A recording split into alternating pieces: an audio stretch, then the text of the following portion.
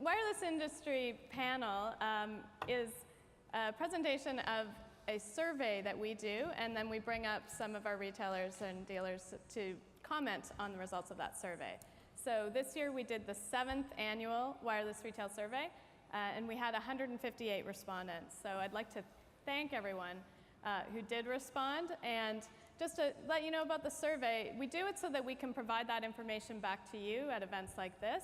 We also do it to influence our direction. So some of the questions are specifically towards, what's your business? How do you manage your business? And some of the things are, what do you see in future trends? What are top priorities? And all of that we use to set our product direction as a company. So this is an extremely important survey for us, and I'd like to thank everybody who responded.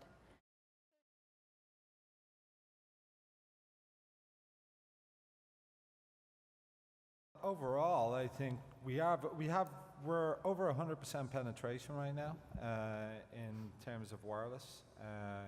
With the proliferation of M2M, machine to machine, and secondary devices for a lot of people, tablets and other connectivity options for laptops, etc.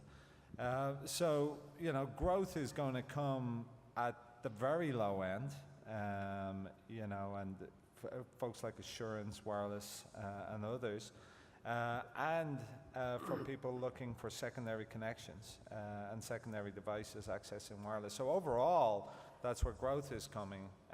In terms of the things being highlighted, I just had a look at Best Buy's results. We were talking about Best Buy last night.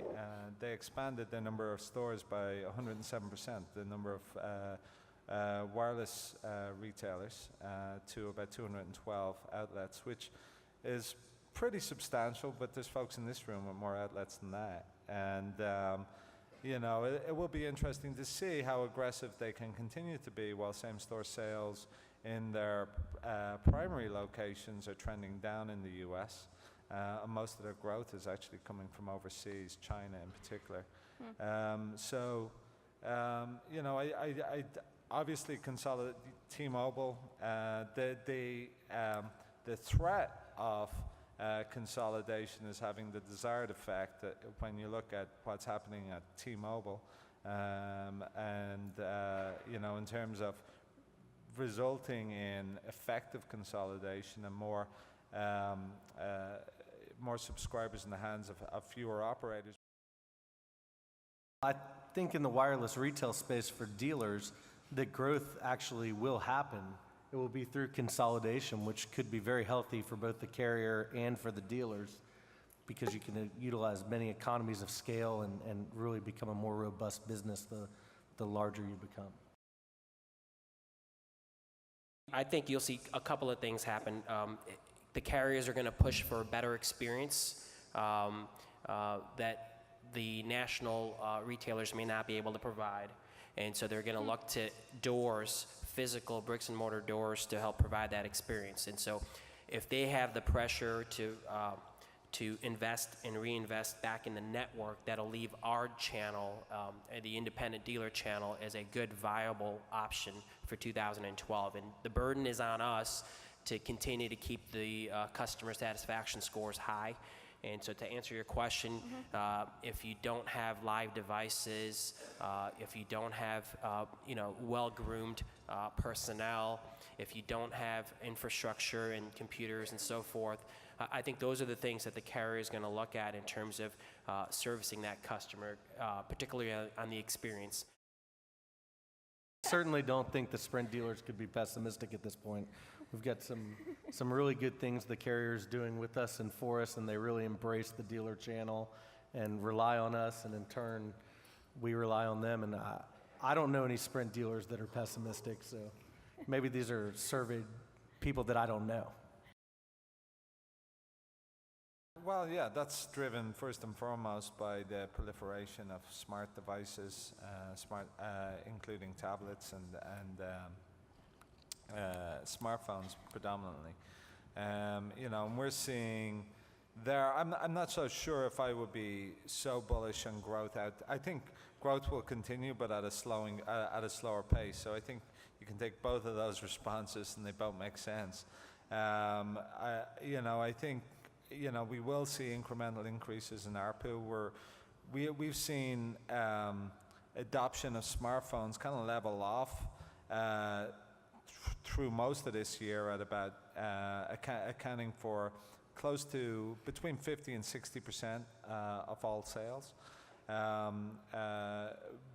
Obviously, the launch of the iPhone 4 will probably change that.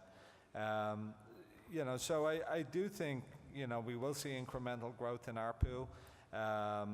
We will see incremental growth in secondary devices, but I don't expect to see. There's no new hockey stick in this industry. We're entering definitely a more mature phase, defined by more consolidation and an increased focus on customer care. Obviously, it touches all of our lives in some shape or form, and I think back to one of my first year economics classes where I was paying attention. We're talking about pure economic theory. If you look at what's going on, you'd think that obviously through consolidation, less competition, fewer players, net effect is consumer prices go up, service levels come down. And that's, pure economic theory would dictate that will happen. I remember back to a panel discussion we had last year as well, where the subject of margins came up, and one of the carrier representatives properly said, listen guys, we're in a situation where consumer price levels are being driven to the lowest levels that they've ever been in this industry, yet we're being asked to service and provide more when prices are coming down. So you look at that and you think, well, if this consolidation works through the way we anticipate it working through, does that mean more money in the pool? And the reality is, more money in the pool being driven by potentially higher consumer pricing could mean good things for us. It could mean more money in the hands of everyone along the supply chain, from manufacturers, distributors, and then even down to us in the room and the dealers. So it could certainly have that positive spin.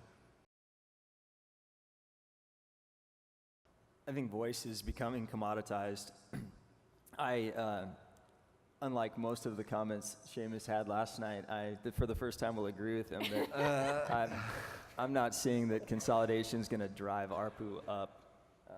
I think that there's still plenty of competition in the marketplace, and even with consolidation, generally pricing is going to come down unless there are additional features offered. I think pricing will still come down. I think for most dealers in the room, there's certainly been an extreme change of consumer behavior in the last 18 months. 18 months ago, we were selling 12 to 14% of our product mix was smartphone. Today, it's closer to 70. That really does change the in-store experience.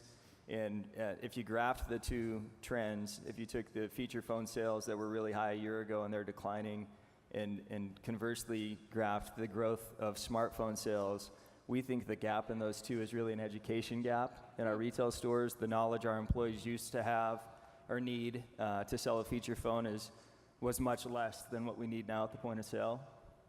So we're really trying to figure out different ways to educate our staff. These devices are very disruptive in the fact that they can do so many things. And because customers are generally first-time buyers, it requires that point of sale interaction to be just more complete than it has been in the past. Yeah. So what do you do? How do you hire different people, or do you train them differently? You definitely have to hire differently. We're going after nice over techie because the experience is it takes 30 or 45 minutes to work with somebody to set up a smartphone, and generally you want that to be a positive experience.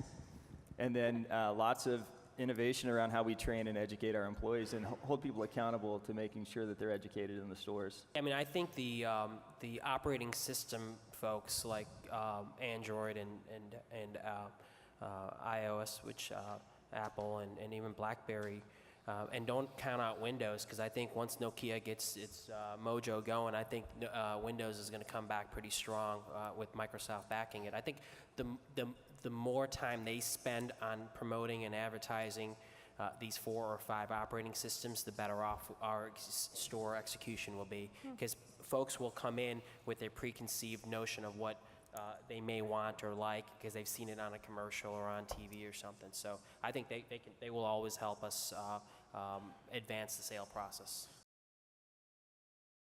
The common answer would be Apple and Android. I'm happy to see Android was the top, but don't count the carriers out. I know Verizon, you hear about them, Sprint. These guys are all investing a lot of money to build their capacity for the products coming down the pike, and I think they're going to have some cool products for us to sell. I think advertising dollars are driving the innovation because everyone's trying to figure out how to capture more money. Yeah. And, you know, if this is the third screen, if you will, that everyone always talks about, I think that as well as consumers, I mean, I'm surprised consumers weren't really much larger in that, or maybe users, because it's businesses and consumers that are looking for different apps and different things they can do with the phone. So I would agree the carriers are spending a lot of money building out capacity, because I think this is going to just continue to grow as consumers and businesses demand more products. Well, the mobile phone stores it's relatively difficult. I think a lot of people in this room would feel somewhere in the middle on the chart that was presented this morning, because as much as we want to make these an experience store, we're going to have to figure out how to do that efficiently, in the sense that we're in a business where there's a lot of margin pressure, and I expect that that'll continue to compress as Apple pushes their products lower in the price point. So one of the things that we're looking at, I'll give a plug here for XQ, is a lot of us look at maybe the price tag of XQ and you try to justify that expense. And what I'm trying to do is draw vertical to my P&L and say, look, the largest expense we have in our business is people. And if there's a way that I can use XQ or some sort of interactive retail experience to keep a customer in my store but not have to have the level of employee base that we currently have, that would be a big benefit. I think you'll see some of all of that. You'll have larger stores, you'll have acquisitions. I think that this chart is very interesting, is that greenfield growth is not available like it used to be available, and a lot of it will have to be through acquisition, and that's probably why when you see the more than 50% and stuff, it seems to be trending down, where growth still is trending up, because I think generally people are optimistic about the industry, but the opportunities are just not there like they were previously. Generally, our industry, no pun intended here, but I think we've taken a really unsophisticated approach to how our businesses have grown in the past, and we've greatly benefited from an industry that was growing really fast. And as that matures, I think we'll have to take a hard look at our business models and really look out 12 and 18 months from now, and if you have this perfect picture of what your business looks like, start deducing all of the things that might have to happen for that picture to become a reality. And I hope at some point in there you'll take the time to do some scenario planning on your business at a much lower margin than you're at today. Radio Shack is Radio Shack. So I just, you know, I don't think it's a major threat. You know, I think the biggest challenge, I think, that's been underestimated is the product and service complexity, and you know, and what happens when you have multiple connected devices, and how do they all work together? And ultimately, it's sort of, you know, that happens in the cloud via Google and via iCloud and via other third-party services. And how can you get a piece of that action? How can you get into the provisioning game, providing, you know, I was just talking to Jason earlier about a company in Line 2. It's kind of a very interesting VoIP play that potentially has an enterprise focus. I think, you know, getting into that side of things is potentially, you know, you've got someone at the retail outlet provisioning them with more than just voice and Right. vanilla data, I think could be very interesting. I don't really worry about Best Buy Mobile. I think the competition right now is still AT&T versus Verizon and Sprint, and just the network proposition and the value at the point of sale. But in our market specifically, I'm less worried about the competitive environment. I'm more worried about the pricing environment that we're in. I think refreshing our stores is our top priority. Similar to the Sprint example, AT&T has come out with some really robust-looking store designs, and I'm feeling very good about the how fresh and kind of core similar or core alike it is. Company-owned retail, and so I'm feeling very good about trying to refresh. The dollars are obviously the finite rule in terms of how many you do and what kind of phases you put that through. So I think that this slide is spot on. We're investing more in our store fixtures, automation. Jason alluded to managing labor costs earlier and through a self-checkout or a self-sufficient learning process. I think that's spot on. Let's have a huge round of applause for our panel.